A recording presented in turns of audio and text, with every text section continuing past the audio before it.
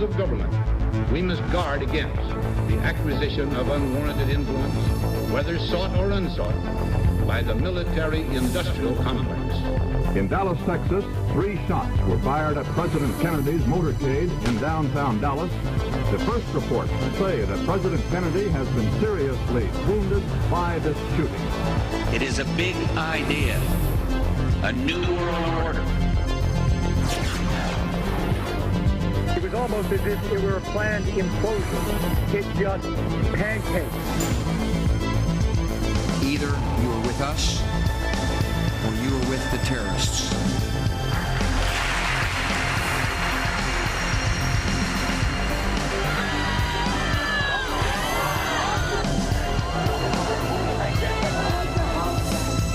But I also believe that a lot of gun owners would agree that AK-47s belong in the hands of soldiers, not in the hands of criminals. Guns will be taken, and no one will be able to be armed. We're going to take all guns. For many of the police and guard troops, it is an uncomfortable job to do this in an American city. Global governance at last. Is it one world? The central bankers in charge. But aren't we all just living and dying for what the central banks do? As for me, give me liberty or give me death! The answer to 1984 is 1776.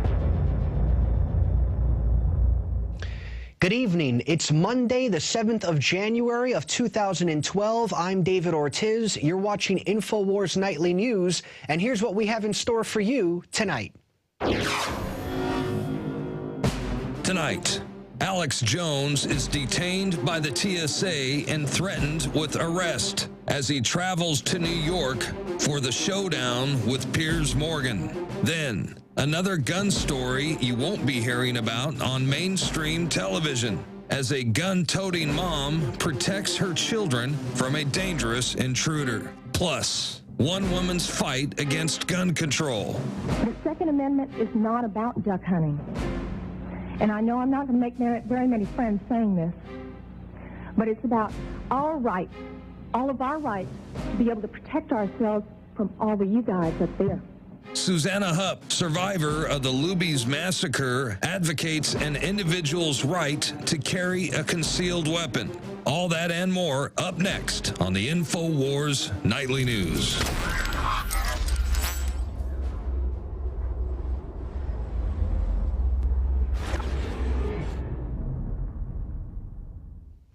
Welcome back. Well, it seems that an American in Georgia recently exercised her Second Amendment rights. According to an article posted today by Adam Salazar and Infowars.com, the headline reads, "Woman defends home and children by shooting intruder 5 times. God bless her."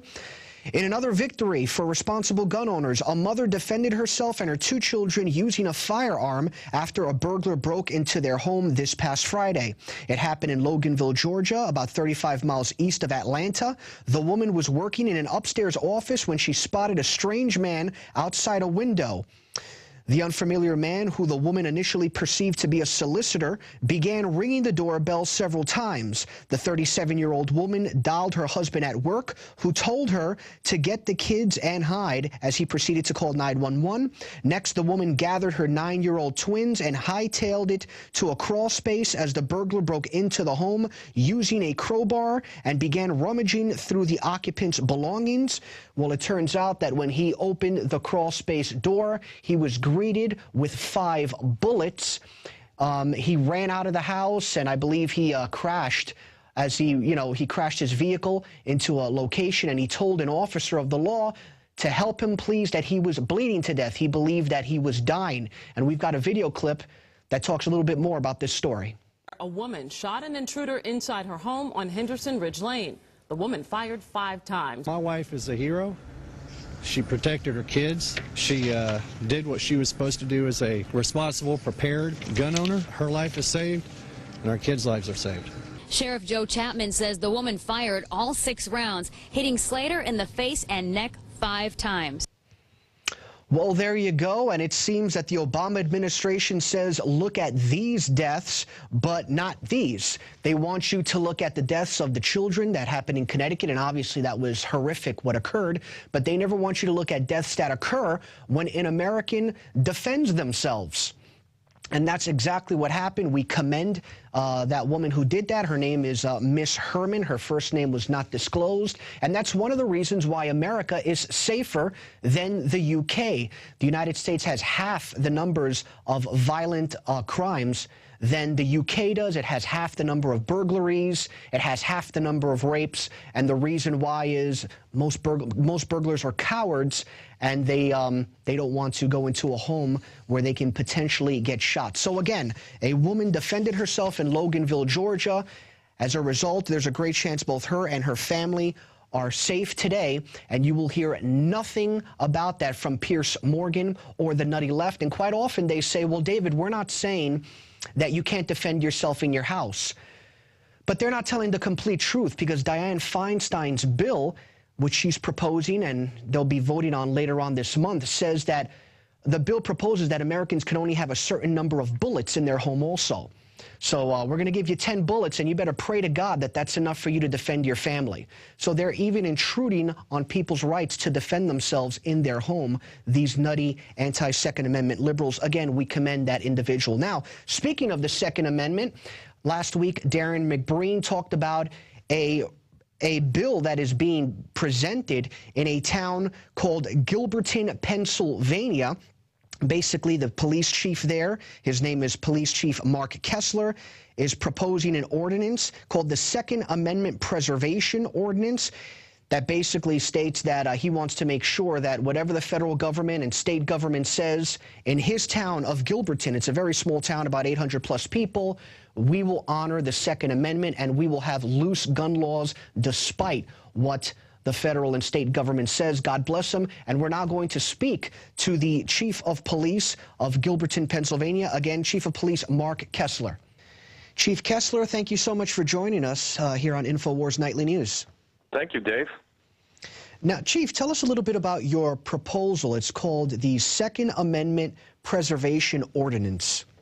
Well, Dave, basically the ordinance slash resolution is to recognize the Second Amendment in the Constitution of the United States and the Section 21 of the Pennsylvania Constitution, which states the right to keep and bear arms shall not be questioned. Basically, what I'm trying to do is have our council in the borough of Gilberton recognize the Second Amendment, and that they're going to stand behind me and stand behind the citizens of the United States and the Second Amendment, and that they're not going to infringe on the Second Amendment regarding any state, local, or federal laws, rules, or regulations that may or may not come down from the elites in Washington, I guess you could call them.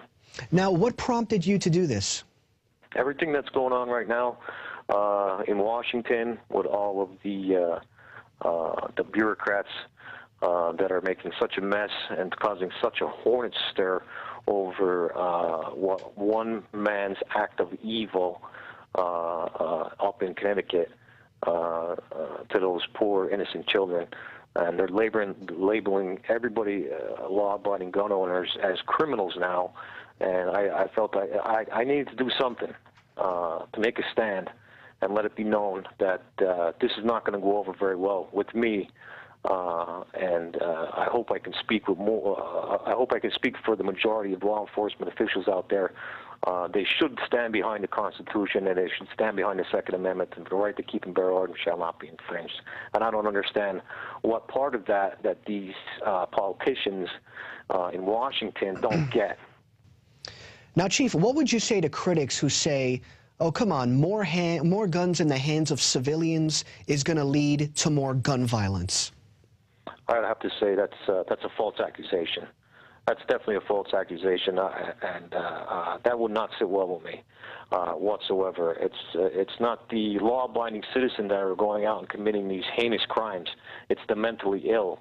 It's the gangbanger. It's the career criminals that are doing all these horrendous crimes with firearms. It's not the average person. It's not the law enforcement officials, the law-abiding citizens that are going out and doing all this crazy stuff. And I would not be in support of that at all. Now, you actually just said some of this has to do with drugs, so a lot of the violence, you would agree, has to do with the drug war.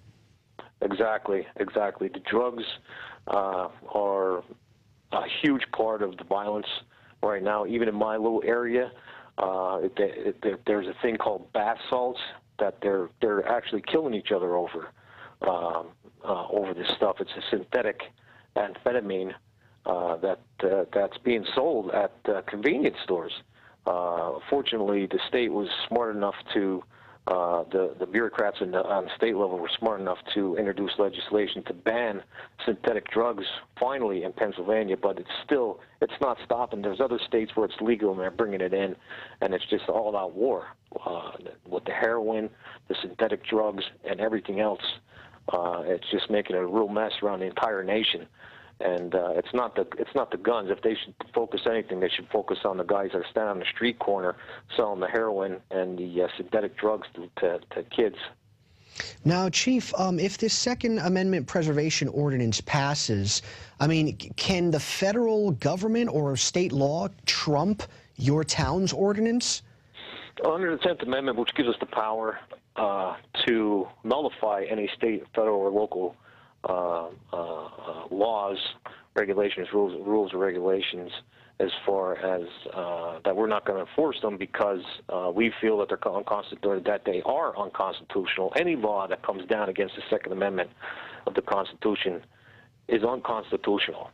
As far as we're concerned in this borough, we will not enforce any laws that are unconstitutional or that go against the Second Amendment of the Constitution itself, or the Constitution of Pennsylvania. But being pragmatic, because you know these government officials really like to flex their muscle and impose their will on states and towns. I mean, do you still think that they can, even though this is a nice ordinance, can they still force it on you guys? Force federal law on you? I mean, I know you're not a lawmaker. I don't want to put you on the spot, but that I'm not sure about, but on our stance is that we're not going to recognize it. We're not going to recognize any federal, state, or local infringement on the right to keep and bear firearms, accessories, or ammunition, nullifying all federal, state, or local acts in violation of the Second Amendment to the Constitution of the United States, along with Section 21, the right to keep and bear arms of the Pennsylvania Constitution, period. And that's that. I mean, I will not have my department go around and enforce any federal regulations, either at the state or local level, even regarding the Second Amendment or the Section 21 of the Pennsylvania Constitution. Now, Chief, we only have 2 minutes left. Aside from having this bill passed, what do you hope occurs as a result of your ordinance? Well, Dave, I've been receiving phone calls from thousands and thousands of people all across the United States. And in particularly, today was a very, very, very busy day for me. I got a lot of phone calls from Illinois, actually, and my heart goes out to those people out there. They're in for the fight of their lives, what they're going through right now with the proposed confiscation of firearms out in Illinois, wanting copies of our ordinance resolution to be sent to their local law enforcement officials, to their sheriffs. They had me contacting their sheriffs out there, the local law enforcement officials out there, asking where do they stand? Where do they stand on the Second Amendment? Where do they stand with this? It's just amazing the support I've been getting in. I had a woman from Illinois call me. She's a school teacher. She wanted a copy so she can take it to her local officials and her local chief of police and try and get this passed in her jurisdiction. And she lives in Illinois, and my heart goes out for them. It really does. I had another woman call me from Ohio in tears, supporting my efforts, and I told her, I said, this isn't about me. I'm just merely a messenger. That's all I am, is merely a messenger. This is about our liberty and our freedoms and our constitutional rights, because they are being challenged at a alarming rate, and there hasn't been I feel that this is a time in history where we need to stand up against the tyranny in government, and it is tyrannical right now in Washington. They're trying to ram through unconstitutional laws down the throats of the American people, and we can't be idle. We can't be like sheep and just let them herd us together and disarm us, and so we have no way to fight back. And God forbid, the last thing we want is any kind of violence. You know, hopefully this starts a match, and the fire grows across the nation, and say enough is enough.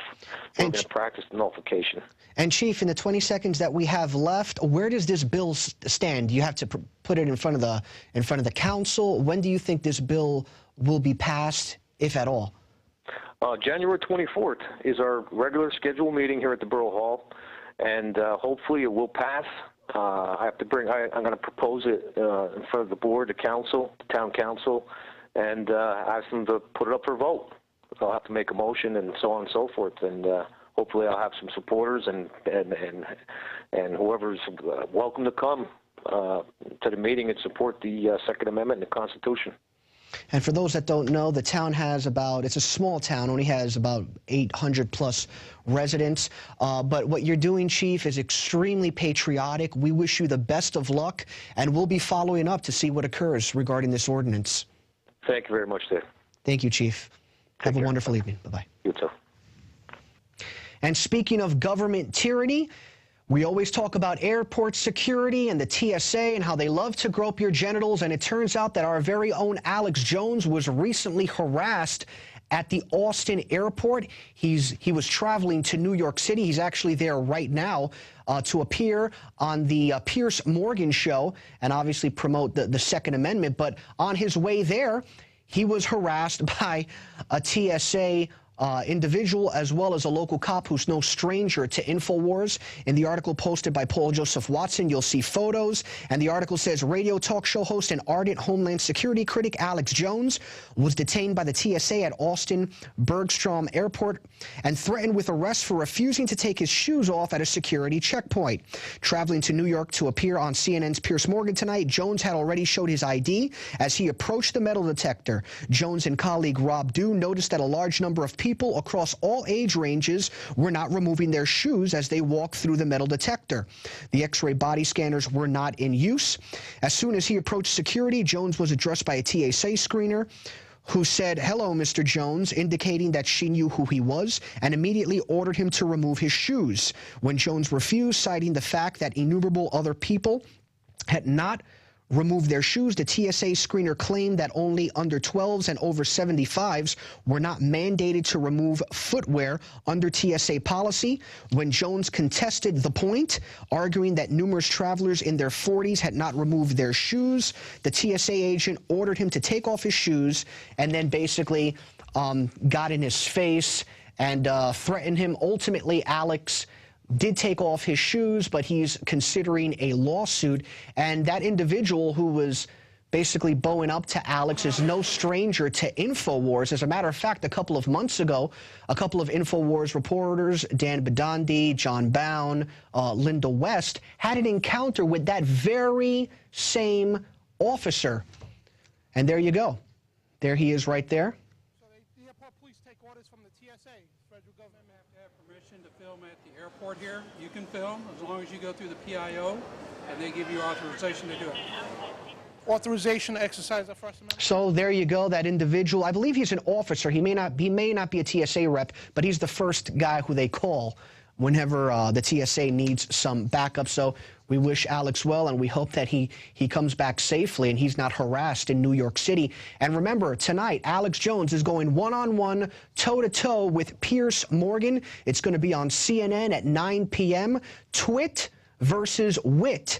Patriot versus Turncoat, Redcoat as well. He's both. And again, that's going to be on 9 p.m. Eastern Standard Time, CNN. It's about the only time we would ever plug that globalist network. And Alex plans on giving Piers Morgan, the European socialist, a constitutional beatdown. And we wish him well, but there's a saying that's very popular, and it's, you can't cure stupid. So let's not get too hopeful. Obviously, Alex is going to mop the floor with him, but don't expect the European socialist to change his views. Now, speaking of dim-witted individuals, there's an officer in Hurst, Texas, by the name of Officer Disraeli Arnold. And a couple days ago, a couple weeks ago, Paul Joseph Watson posted an article that shows this individual assaulted a person. He kneed him in the back of the head. But the good news is that the Hurst Police Department has fired this individual by the name of Disraeli Arnold. He's been suspended indefinitely, the equivalent of being fired. The Internal Affairs investigation concluded that Arnold was, quote, disrespectful to a citizen, used indecent, profane, and harsh language in the performance of his official duties, and conducted himself in a manner which brought discredit to himself and the Hurst Police Department. So, Officer Arnold, bye-bye. And what's amazing, though, is that he wasn't thrown off the force for assaulting the individual, allegedly assaulting the individual, which was caught on camera. He was actually thrown off the force for cursing into a camera after he did that. So it's okay to assault people, what I deem myself to be assault, but just make sure you don't curse at bystanders while you're doing it. Now let's go to that videotape where we show you, where you can see what this officer did. Move. Oh, what the? Move and die. Move and die. Move and die? Here? There wasn't nothing necessary for you elbowing in the back of my head. Nah, that was his knee. Move so I can kick your ass. Shut up, bro. Came over here and knee me in the face. I sure did. You got it on tape? Arnold, 654. So there you go. Yeah, he wasn't shameful. He walked right into the camera, gave his badge number. He had no problem with it. And if you also see that video, you'll see that the officer, who was not in the wrong, he didn't do anything wrong, but was with that officer, the Officer Arnold. He basically intimidated the guy who was filming to turn it off after the guy was arrested, which is completely against the law. They were filming that at a public park, and an officer does not have the right to tell you to turn off your camera as long as you're not interfering with what they're doing, especially if you're on public property. So make note of that. Never allow an officer to tell you to turn off their camera, as long as you're not interfering with what they're doing. You can continue rolling. Now, in other news, in an article posted today by our own Mike Adams on naturalnews.com, it seems that patient prescription drug records may be used to deny Americans their constitutional rights. Well, obviously, the article reads, all Americans who have been prescribed psychiatric medications could be denied their constitutional rights under gun control legislation expected to be introduced into the U.S. Senate on January 22nd. Although the actual text of the bill is not yet available to the public, the heavy emphasis on mental health in recent gun control discussions echoes the present-day denial of Second Amendment rights to veterans diagnosed with post-traumatic stress disorder. And the article also states that if that bill passes from Senator Dianne Feinstein, psychiatrists will act as the new cops who get to determine whether you have rights at all. And what's scary also is that parents may be denied Second Amendment rights if children are taking psychiatric drugs. So obviously, if this bill gets passed, people are concerned that nutty people are going to get guns, and certainly that's a concern. But as a result, if you create a law like if someone in your house is on medication, you can't have a gun, well, obviously that's putting you in harm's way. If someone breaks into your house, you're not going to be able to have a gun. So we have to be very mindful of these tyrannical bills that are being drafted. You know, there's already enough laws on the books, and something simple that can be done is simply requiring people to have locks in their homes for their guns if they have a child or another individual who is taking medication. But at the end of the day, the amount of people, there's unintended consequences, and laws hurt more than they help. The amount of people that get shot by guns in this country is less than 1% of the public. It's about 100,000. Of those, about 50% of them are due to the drug war or they're suicides. And only about 2% of those murders involve assault weapons, and the state of Connecticut already has strict gun laws, and the individual who shot those children horrifically, his mother's gun was registered as well. So there are unintended consequences, and you know, more laws aren't going to make things better. Again, the chances of you getting shot in this country are minuscule, less than 1%, and most gun-related deaths are due to suicide and drug gangs. Now, in other news, we started the newscast with some positive news. A woman who defended her family, exercised her Second Amendment rights. And one more positive story we have here, and that's that in North Dakota, there is a representative who's set to propose a bill limiting drone use.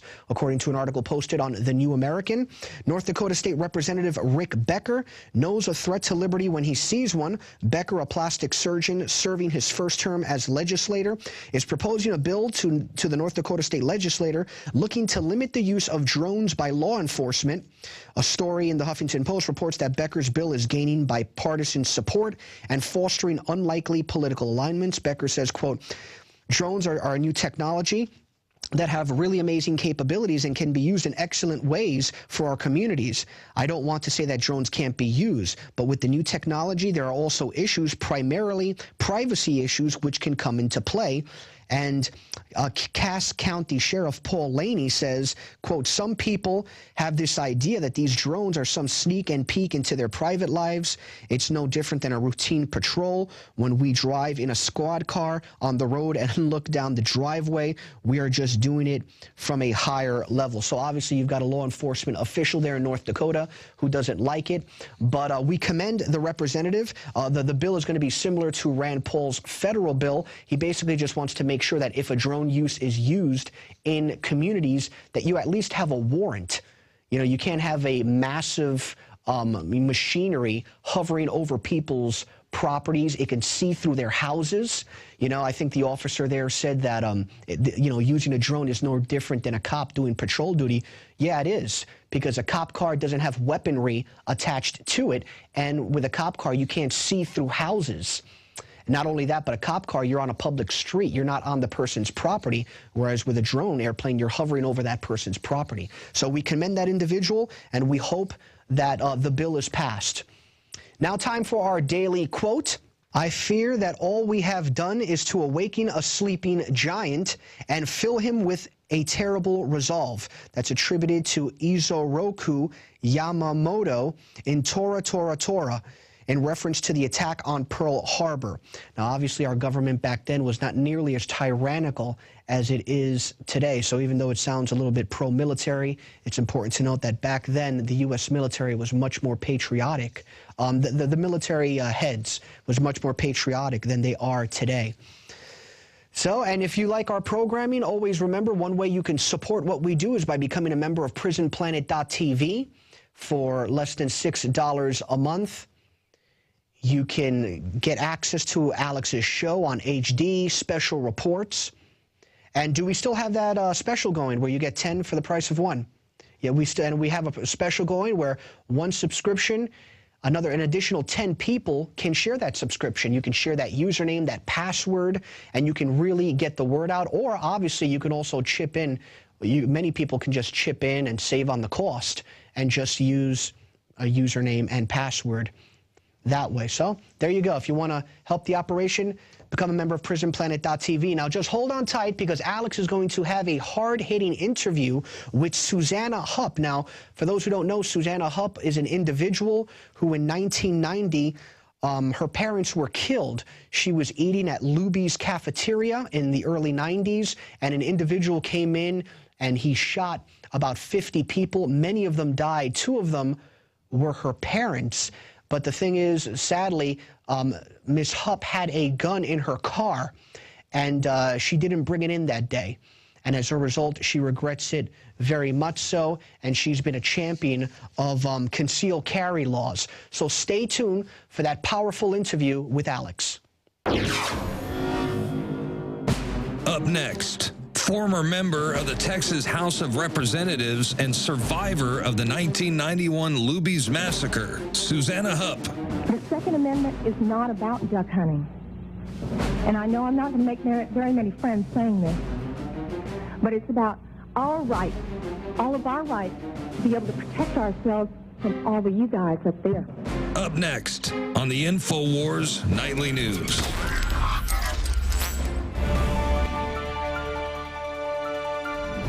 Northwoods, Gulf of Tonkin, Gladio, Kent State, Ruby Ridge, Waco, Oklahoma City, the World Trade Center, the Pentagon, Shanksville, Hurricane Katrina, Fast and Furious. Fast and Furious. Fast and Furious. How many more? How many more? How many more false flags? How many more? How many more government buildings? How many more innocent people? How many more? How many more? What has been the #1 cause of unnatural death in history? Democide, or death by government, has killed 290 million people on record. 290 million people killed.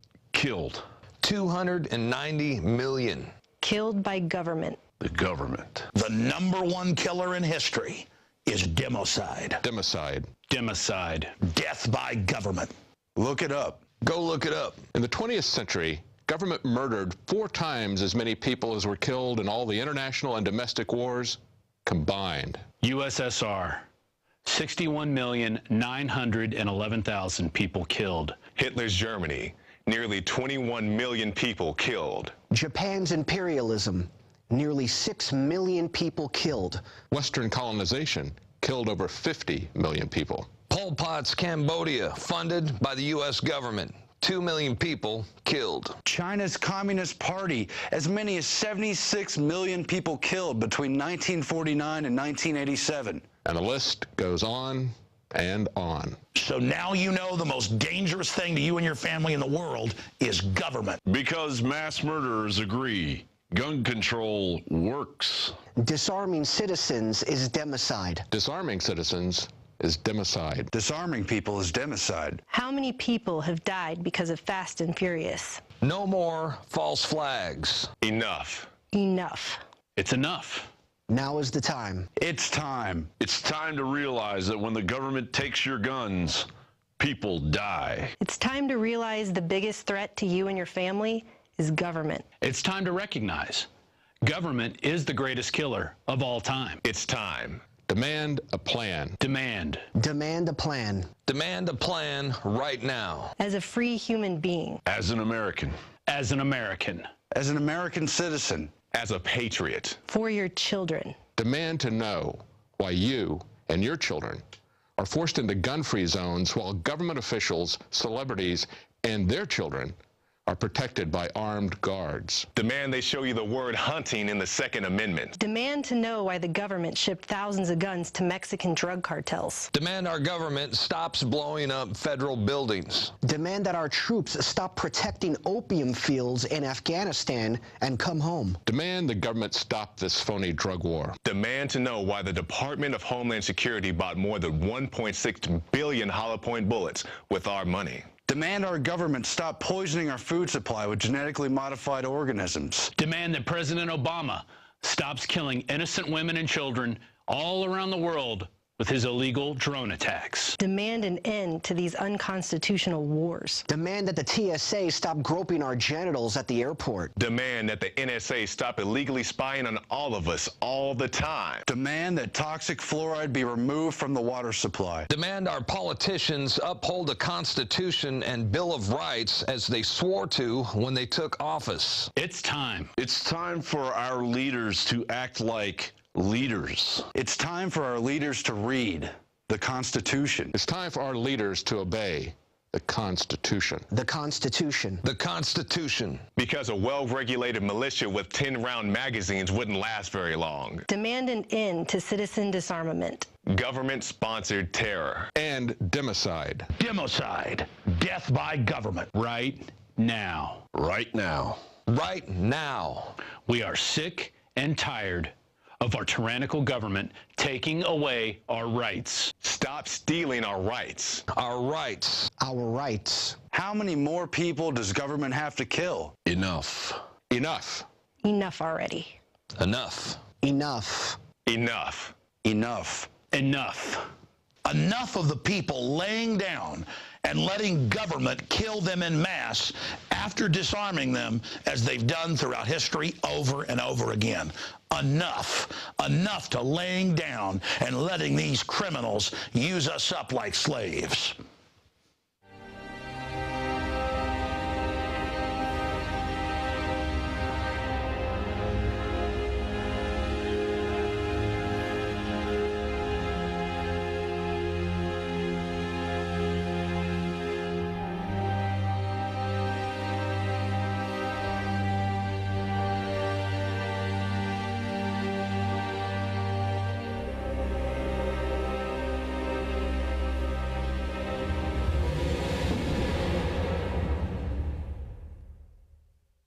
I really enjoy it when the globalists try to poison us, and, well, we resist them via a free market system. Hello, my fellow Info Warriors. Alex Jones here, introducing you to the ProPure family of gravity-fed filters. Now, you know that the globalists are filling our water with radioactive isotopes, fluoride, lead, mercury, arsenic. And one of the few systems that can efficiently and economically remove or reduce down to non-detectable levels these poisons are gravity-fed filters. And ProPure is the top of the line. Their filters are impregnated with silver, a natural antibiotic. On top of that, they're bigger, so they filter faster. You don't have to prime these the first time you use them. It's amazing. Go to Infowars.com and click on the shopping cart link to see the entire family of these babies. Now, the fluoride they add to our water is so tiny that most filters can't cut it out. But ProPure has their system that will, again, reduce it to non-detectable levels, almost get all of it out of there. That's also available.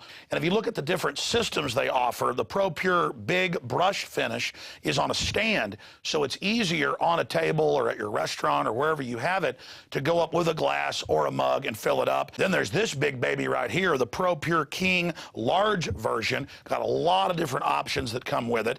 Also, they have the ProPure Big, probably one of the best values out there. And of course, it's burnished stainless steel. And then what I use on my RV, something that's great for your hunting cabin or the back porch, is the ProPure Traveler. Small and portable, but packs a huge punch, cleans out all that garbage. They also have a glass sight spigot, so you don't have to take the top off and look in the bottom area to see how much water. You can see how fast it's filtering with this optional system. The globalists obviously are hitting us through our water. It's time to take control of our lives. It's time to not give our children and families these poisons, and these systems cut it down to non-detectable levels across the board. ProPure is the name.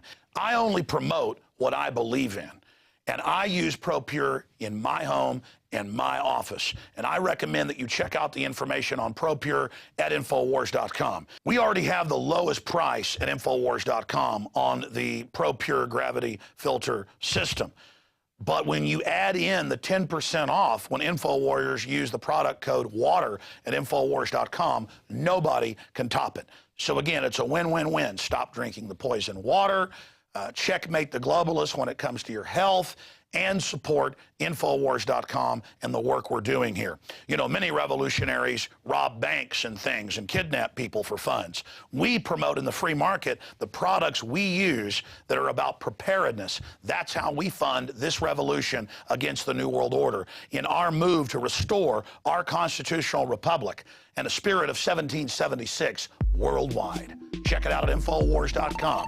ProPure, top of the line, #1, most powerful and effective and economical gravity-fed water system in the world. ProPure, available, discounted at Infowars.com. Don't forget product code WATER to save 10%. It's the latest generation, years in development. ProPure is the name. Alex Jones here with a message that could revolutionize health in this country. Going back about a year and a half ago, I began to learn about the incredible health effects of longevity products. Aaron Dykes lost 92 pounds. We're going to show you some before and afters. Aaron, break down what happened, your story. I've worked really hard with diet and exercise to try to lose weight, but I just didn't get the results. It just didn't happen. Then I saw what you were doing with InfoWarsTeam.com. I wasn't even trying to lose weight, but I got it because I wanted to feel better energy. I wanted that nutrition. Didn't even understand how that could kickstart my own weight loss goals, but the products did that for me. I found myself suddenly losing weight, more energetic, wanting to exercise, wanting to eat the right foods. And they don't even advertise it as weight loss. I want to challenge our radio listeners to go to InfoWarsTeam.com, sign up as a distributor, and get wholesale pricing discounts at InfoWarsTeam.com.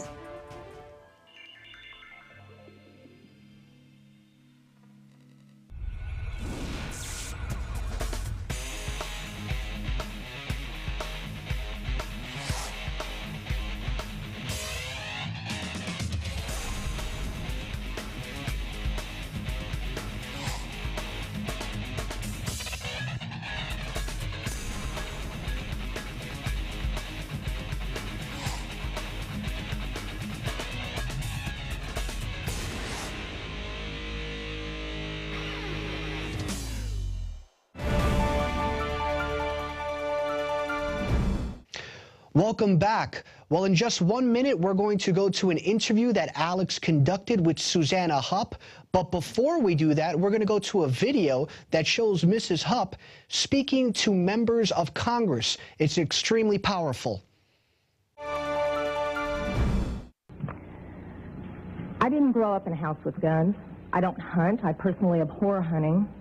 But I was given a gun by a friend when I was 21 to carry in my purse for self-defense, and I was taught how to use it. A couple of years ago, my parents and I went to a cafeteria in Texas on a bright sunny day. We weren't in a dark alley where we weren't supposed to be. And as you all know the story, this madman drove his truck through the window, and he began shooting. Well, immediately, my father and I got down on the floor and put the table up in front of us. And this guy kept shooting. And you're thinking, what could it be? Is it a robbery? That's the first thing that generally comes to mind. And he keeps shooting.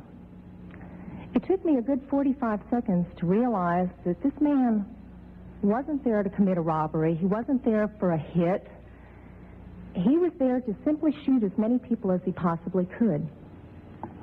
Now, I'd like to make something clear. I hear all this talk about how many bullets can go in a clip. I've been there. I can tell you it doesn't matter.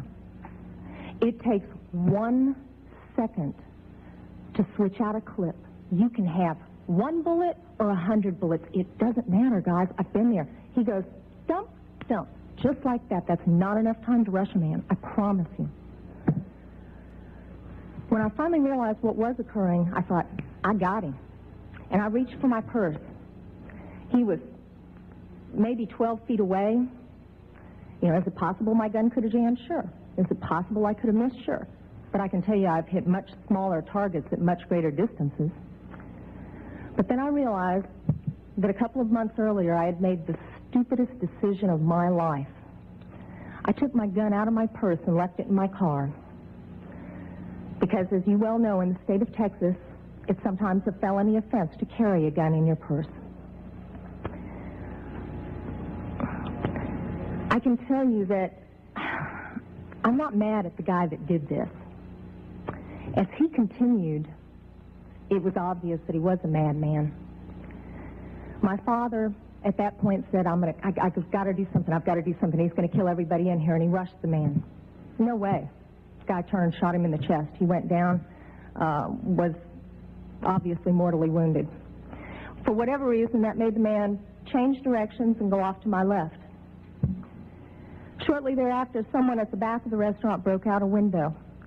When I saw what looked like an opportunity to escape, I turned around and I grabbed my mother by the shirt and I said, come on, we've got to run, we've got to get out of here. And then my feet grew wings and I was out the back window. As soon as I got out, I realized that my mother had not followed me out. And as I learned from the police officers, she had crawled over to where my father was and cradled him until the guy got back around to her, put the gun to her head. She looked up at him, put her head down, and he pulled the trigger. My parents had just had their 47th wedding anniversary. She wasn't going anywhere. As I mentioned, I'm not really mad at the guy that did this, and I'm certainly not mad at the guns that did this. They didn't walk in there by themselves and pull their own triggers. The guy that did it was a lunatic. That's like being mad at a rabid dog. I'm mad at my legislators for legislating me out of the right to protect myself and my family. I would much rather be sitting in jail with a felony offense on my head and have my parents alive. As far as these so-called assault weapons, you say that they don't have any defense use. You tell that to the guy that I saw on a videotape of the LA riots, standing up on his rooftop, protecting his property and his life from an entire mob with one of these so-called assault weapons. Tell me that he didn't have a legitimate self-defense use. Just one final statement. I've been sitting here getting more and more fed up with all of this talk about these pieces of machinery having no legitimate sporting purpose, no legitimate hunting purpose. People, that is not the point of the Second Amendment. The Second Amendment is not about duck hunting. And I know I'm not going to make very many friends saying this, but it's about our rights, all of our rights, to be able to protect ourselves from all of you guys up there. That was an extremely powerful video, and now we're going to go to the one-on-one interview that Alex conducted with Mrs. Hupp.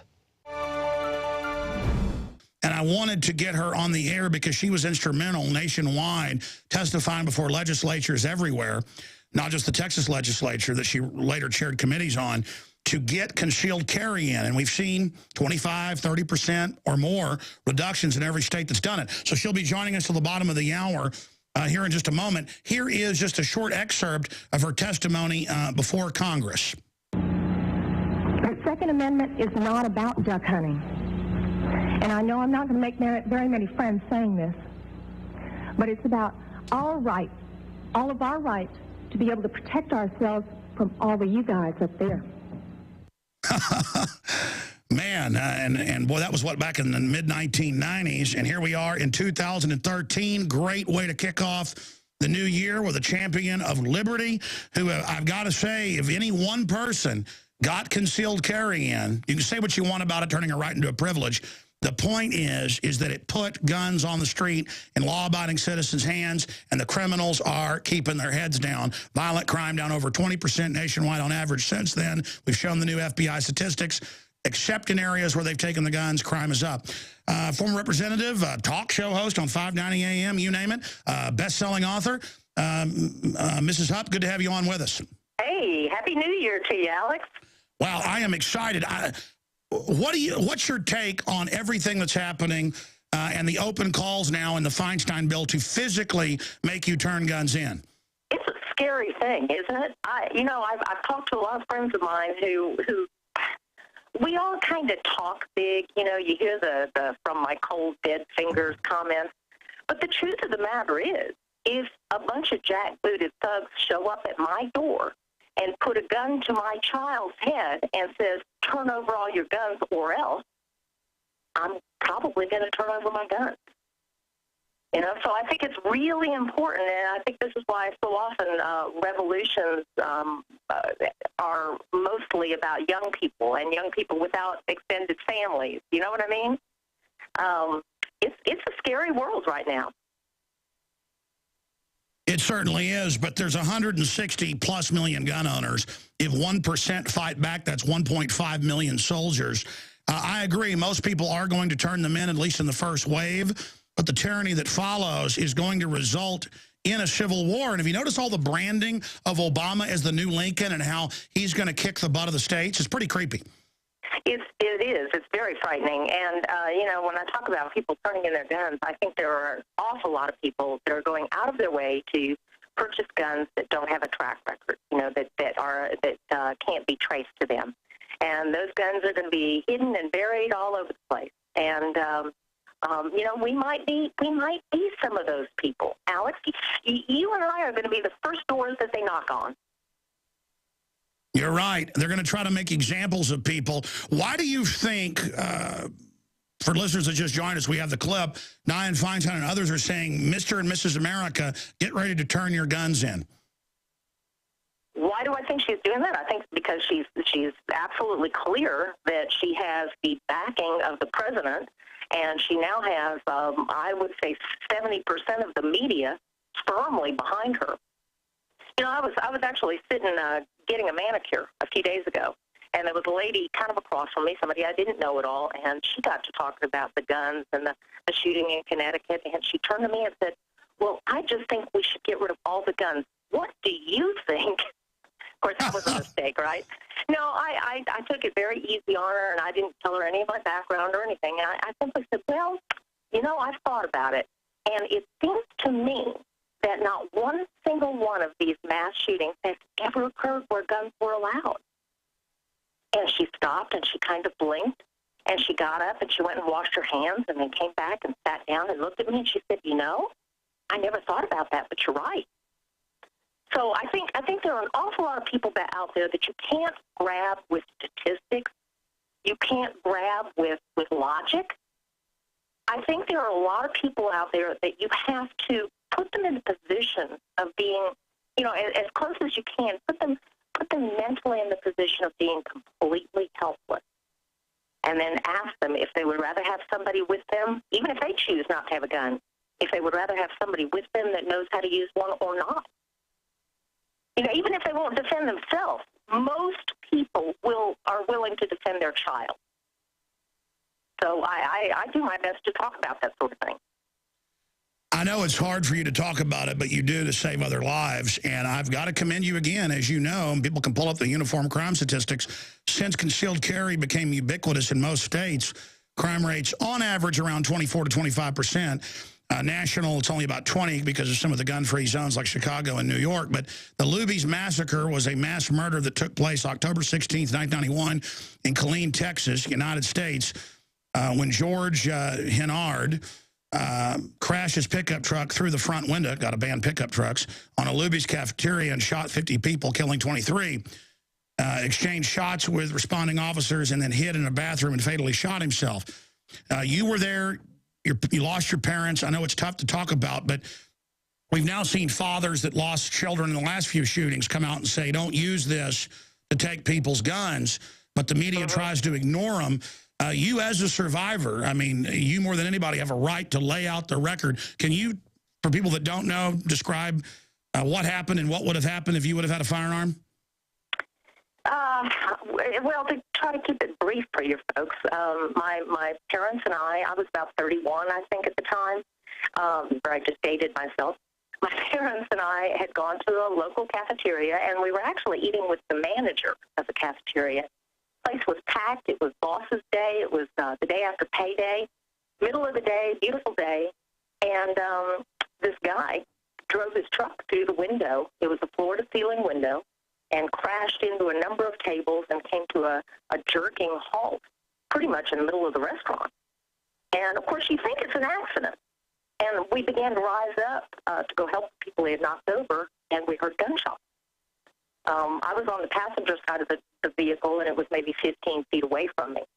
My father and I immediately got down on the floor and turned the table up on its side in front of us. My mom was down behind us. And the shooting continued. We realized this was 1991, and these mass shootings weren't occurring back then, so it wasn't the first thing that comes to your mind. We were waiting for him to say something like, all right, everybody put your wallets up on the table, or something like that. But that didn't happen. He just kept shooting. And when he worked his way around the front of the truck and he was working toward us, a full, I'm going to say 45 seconds had passed. And I realized he was just executing people. And it took 45 seconds. Alex, 45 seconds is an eternity. When I did realize it, I reached for my purse that had fallen on the floor next to me. I thought, I've got him. I've got this guy. I used to carry a gun in my purse illegally because an assistant DA out of Houston that was a patient of mine convinced me to carry it illegally. But I did like most people. You know, you think, what are the odds? If I need a gun, it's going to be if I break down on a back road somewhere. It's sure as heck not going to be in a crowded restaurant in the middle of the day. But my gun was 100 yards away in my car where I had begun dutifully leaving it. So long story short, at that point, my dad started to break free from my grip and said, I've got to do something, I've got to do something. He's going to kill everybody in here. And he made a run at the guy, and the guy just turned and shot my father in the chest. Again, I apologize. I'm trying to make it a short story. No, it's important. Thank you for sharing it. The good news with that, my dad was mortally wounded. I mean, he had covered maybe half the distance. He was 7-8 feet from me, but he was still alive. The good thing about that was it made the gunman change directions, and he had to go off to my left instead of continuing directly toward me. Somebody way at the back of the restaurant broke out on one of the windows back there and began to escape through that window. People were able to escape that way. We were kind of up in the front corner and couldn't get out. When I saw what I thought was a chance, the gunman had his back turned toward me. I stood up. I grabbed my mother by the shirt collar. I said, come on, we got to run. We got to get out of here. And my feet grew wings. And to circle it back around, my mom did not follow me out. And I didn't know that until after, literally, I was outside of the restaurant. She was staying with your dad, wasn't she? The police officers later told me what happened to her. They said that, and a number of them were patients of mine, and they took me and my family to lunch about a week later and told us. They said that when they got into the front, they saw a woman on her knees cradling a mortally wounded man. And they didn't know who the gunman was. And they saw this 30-something-year-old man walk up to her. They said he put a gun to her head. She looked up at him, put her head down, and he pulled the trigger. And they said all they had to do was fire a shot into the ceiling, and this guy rabbited to a back bathroom alcove area. And as you said, exchanged a little gunfire with him and then put a bullet in his own head. My parents had just had their 47th wedding anniversary a couple of weeks prior to this, and it just didn't occur to me while I was running. Mom wasn't going anywhere without Dad. So I was really angry, Alex. I was really angry. I felt very guilty. I was very angry. I know people think I made this up later, but you can check the newspapers from the second day. I said I was angry at my legislators because they had legislated me out of the right to protect myself and my family. And you can say, well, Susanna, you could have missed. Yeah, I could have. Your gun could have jammed. Well, okay, it's possible. It was a revolver, not likely, but it's possible. But the one thing you can't argue with is it would have changed the odds. I can't begin to tell you how frustrating it is to sit there and wait for it to be your turn and having no means of defending yourself. I can't imagine being in that position again and having my children or my grandchildren with me and having no way of defending them. Makes me physically ill. Well, we now have countless cases since you went public back in 91, 92, 93, where people have at churches and everywhere else stopped gunmen. Just happened down in San Antonio. It's just happened other places just since the Sandy Hook shooting. And the media will not cover it nationally. And we see these countless local news videos of gunmen coming in trying to shoot people for no reason at shops, and concealed carry folks that know how to use them take them out. And I see the gun grabbers rushing in to try to ban guns right now because they know the gun culture and the self-defense culture is taking over society. All the top-rated TV shows, women out buying guns, liberal women's magazines, show women with guns now. Not because they want guns, the liberal owners, but because they realize women have woken up. They're losing. That's why they're launching this offensive against the Second Amendment. Would you like to elaborate on that statement? Do you agree or disagree? I agree with you, but I do think that they see an opportunity here because of the Connecticut shooting. It's so hard for any of us to imagine that all those little children being just executed like that. It's just, you want You want a way. And they put the guilt onto us. Have you ever seen such demonization of gun owners where they say we're Klan, we're Nazis, we helped kill those children when it was a gun-free zone, and the media advertising crazies go to schools and kill people. If anybody has blood on their hands, it's them. Isn't that the truth? That's something that I've advocated for years, is for teachers to be able to carry. And, of course, here in Texas, individual schools can make that decision. My school does not allow the teachers to carry. But I can tell you that I know a few that carry anyway. They just keep their mouth shut and do it, thank God. You know, the bad guys, I don't know why people don't get this. Bad guys like that want a high body bag count. They're going to go where they think they can shoot as many people as possible without anybody shooting back at them. Nobody knows these cowards like you. No doubt your father saved your life. Nobody knows these evil people like you. Suzanna Hupp, a survivor of the Luby's massacre, here with us, and really, you know, the grandmother of the concealed carry movement. No doubt, not to use the term grandmother like she's old, but she's the person that really started it. Thank God, and saved countless lives. Why do these cowards always commit suicide as soon as the cops show up? I mean, it just shows they really are ghoulish demons, that they all act exactly the same. You know, I'm trying to teach my children. I have two boys, 16 and 14. And I think society in general tries to teach people that these bad guys are just misunderstood, or they've had a hard life, or, you know, all the various and sundry excuses that you can come up with for them. I mean, I've actually literally had people ask me, why didn't you try to talk the guy down? Like, really? You know, I mean, I can't even argue with that. It's such a stupid statement. Yeah, just shot your dad in the chest, and then you're going to go talk to him. Let me go talk to this guy about his childhood. What I'm trying to teach my children is that, you know, there certainly are criminals. I would say the vast majority of criminals in the world that were created. You know, they did have bad childhoods and whatnot. But there's also evil. I honestly believe there is absolute evil that exists in the world. That's my next point. Have you noticed that with Son of Sam, Ramirez, the Night Stalker, Harrison Klebold, Lanza, and the guy that just shot the firefighters, they were all admitted devil worshippers. Shouldn't we be profiling them?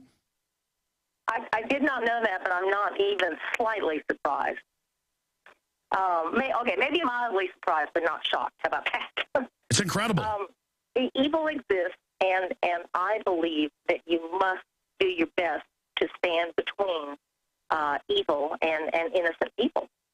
And it doesn't mean, again, I want to make this clear, because, you know, I'll tell you what one of my biggest fears is, Alex. One of my biggest fears is that I'm going to be in some position that I get shot and killed by a bad guy, and I'm not able to get a round off for some reason.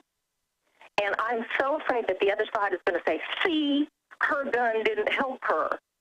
And I've said it a million times. It's not a guarantee. It changes the odds. It means you're not a helpless prey animal to be fed upon by devil worshippers and psychopaths. At least I'm not going to be an easy target. I'm going to do my best. I'm going to do my best to bloody them. You know, they might take me out, but I'm going to do my best to put them in the hospital at the very least. Everybody's going to know who the bad guy is. Here's the headline, Daily Mail. It's also in AP. I am the devil. Former classmate reveals school gunman had online devil worshiping page, as childhood barber recounts how he never spoke and just stared at floors. And that's the shooter of the firefighters with Lanza. It's the same story. This just goes on and on. So all of them, devil worshipers. Here it is, Satan worship, the Sandy, Hook, on and on and on. Son of Sam, Night Stalker, list goes on and on. It's amazing. You know, in the time we have here, because I know you've got to go, Sam, maybe you can do 5 more minutes with us after the break to talk about your book, which I need to carry at the Infowars online bookstore because I know it's so important. We all need to reach out to the dumbed-down people that really think turning their guns in is going to protect them.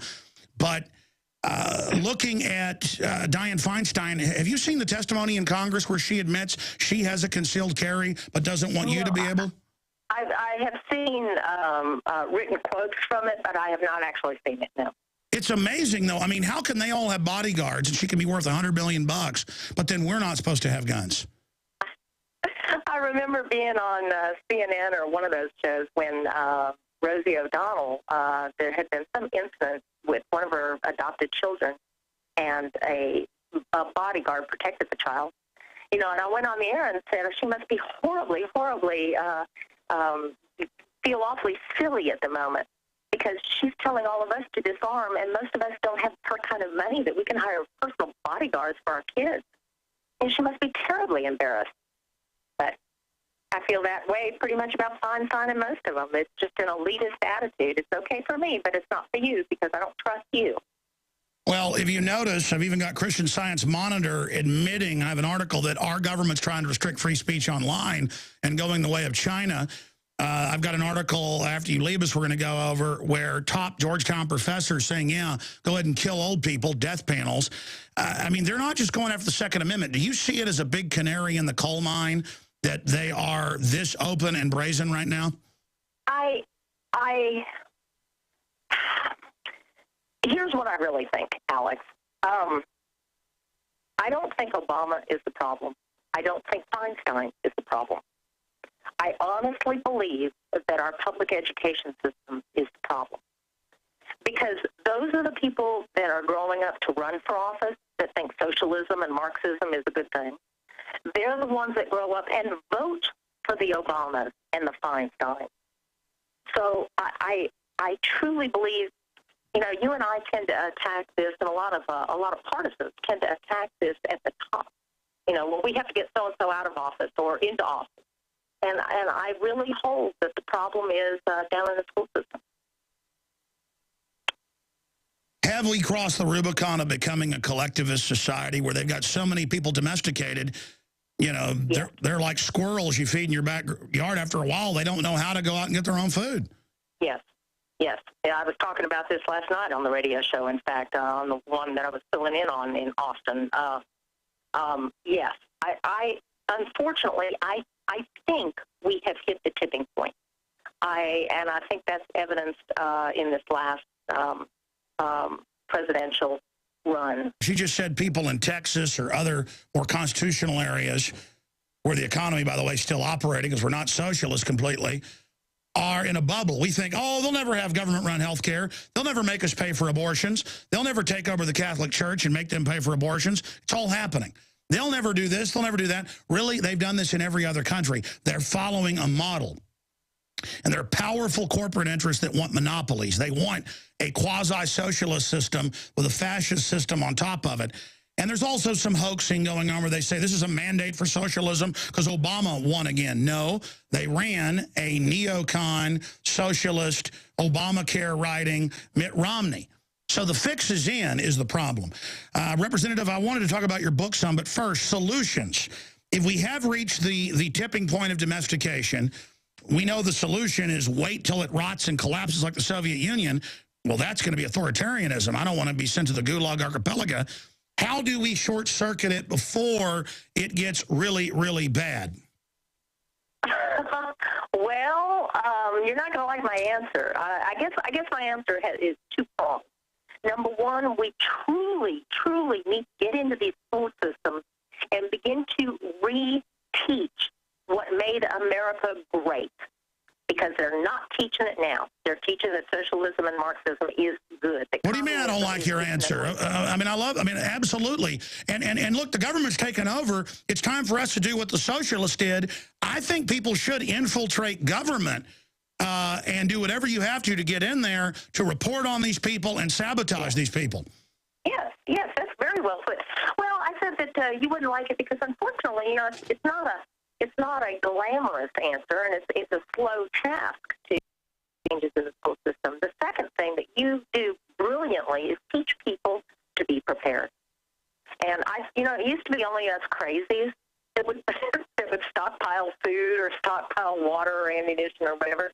But now they actually have television shows about it. You know, it's not just crazies. It's not just people that are missing 4 of their front teeth. You know? But our grandparents all did that. It's normal. All mammals, store some food. I mean, even grasshoppers do it, and they're insects. I mean, you're crazy to just live day to day in some supermax prison-style grid. Let me ask you this, and then we'll talk about the book and let you go, and hopefully get you back soon. I have a clip in my film, Endgame Blueprint for Global Enslavement, and in it, it's you talking to the head of the Psychiatry Association, and you say, why are 67% at that time of foster kids on psychotropics? And you were heading up the committee, and there was a big investigation. And he says, oh, they come from bad gene pools. Well, A, that's what Hitler said. B, they don't even do blood tests, quote, gene pools. I mean, no, they grab kids from their parents and then drug them, as doctors have said. What do you make of that? That's not liberal drugging kids. That's evil. Yes, and in many, many, many cases, those children were on more than 3 psychotropic drugs. And many of them weren't even okay for children of the age that they were giving them to. I'm deeply concerned with the drug culture, and I don't want to badmouth all drugs. Look, I just got off a run of antibiotics for a sinus infection. There are good drugs out there. The problem is, this is one of the things that can be tricky in a free society. We do have these enormous drug companies that push this stuff and actually get it wrapped into the government system, to where the doctors that are working on the foster kids, for instance, have to follow a particular protocol, in what drugs they use. They can't deviate from that protocol. So it's very interconnected and very difficult to unravel, quite frankly. Well, that's right. In the public schools, it turns out, get more federal funding, the more kids are, quote, special need on the drugs. In fact, the WOAI investigation that spurred the state investigation, if you remember, found that the national average was 67% of foster children are on psychotropics, and the average child was on 7 drugs. Yes. 7 drugs. So yeah, which is crazy. I mean, that in and of itself is crazy. And there is absolutely, my husband is a neuropsychologist, so I would go to him and use him for information on a regular basis. And you're right. Unfortunately, there is a financial benefit to not only the school system, but the parents. There was a kind of a negative, basically they would go in, and a lot of them, not all of them, but a lot of them would go in and say, well, this kid's creating a lot of problems for me. He really needs to be on medication. Somebody would put him on medication, and the foster family would get more money per day because of it. And then the medication makes them worse, so the answer is not get them off drugs, get them on more. They're eating Twinkies, they're drinking Cokes with caffeine, they're eating, I mean, my children, if they get red dye or something in a candy, on vacation, we let them eat it or something, or they go crazy. And then it turns out those dyes have a drug effect. The kids are bouncing off the walls because they should be eating steak and potatoes and broccoli and exercising all day. Instead, I mean, if I drank Cokes and ate Twinkies, when I come down off of it, I've done it a few times, I want to beat the hell out of people. I mean, no wonder the kids. Particularly young boys. Well, I mean, it used to amaze me to watch the teachers. They were taught to give the little boys time out. Instead of what they should be doing is telling them to go outside and run around the school 5 times. Well, public schools first got rid of dodgeball. Now most of them have banned running. So, I mean, of course, young mammals, I mean, that'd be like drugging a puppy because it runs around and chews on the other puppy. Yeah. I mean, baby mammals all act the same. Ma'am, you're amazing. Thank you for your time, and thank you for getting your testimony out there that the answer is more guns, less crime. Tell us briefly about your book. I wrote that book for the average person to read and be able to make the arguments with their neighbors and friends. It's also a great book to pass on. You know who I really wrote that book for? I wrote that book for housewives that just aren't sure how they feel about guns. They're not into going out and blasting Bambi, and they're just uncomfortable with things that go make a loud bang. And I understand that. I completely understand that. And I'm a mother, and I've been there. I understand. I'm not into going out and blasting Bambi either. But it's a quick, easy read, and it's for those people. Absolutely. Well, you've got 2 sons. I've got 2 daughters and a son, and I love them like life itself or more. But it is really a good feeling now that my 8-year-old is shooting and hitting bullseye at 50 yards. Oh, we haven't trained the 4-year-old yet. And it's such a good feeling that my girls are tough. Sometimes they punch me when we're playing, and it really hurts. And that they're not putting up with anybody trying to rape them or attack them. And that I'm going to defend the Second Amendment, so when they go off to college or when they get married and they live, some guy busts into their apartment or into their house to try to beat them up or rape them, they're dead. And that's real empowerment. And it's not feminism, it's survival. It's basic common sense. And as I said, our culture of liberty, the women's magazines, the Austin Chronicle's been having articles about women shooting, not because the socialist anti-American Chronicle, run by a horrible guy who I know, wants to do that. They're being forced to do that if people are going to pick up their magazines.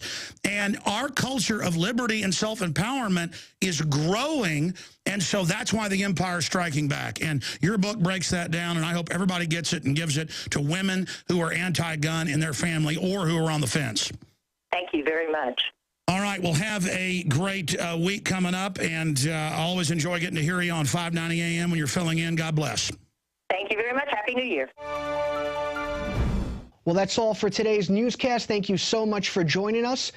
We'll see you tomorrow evening. And remember, Alex is going to be on CNN's Piers Morgan show right now, 8 p.m. Central.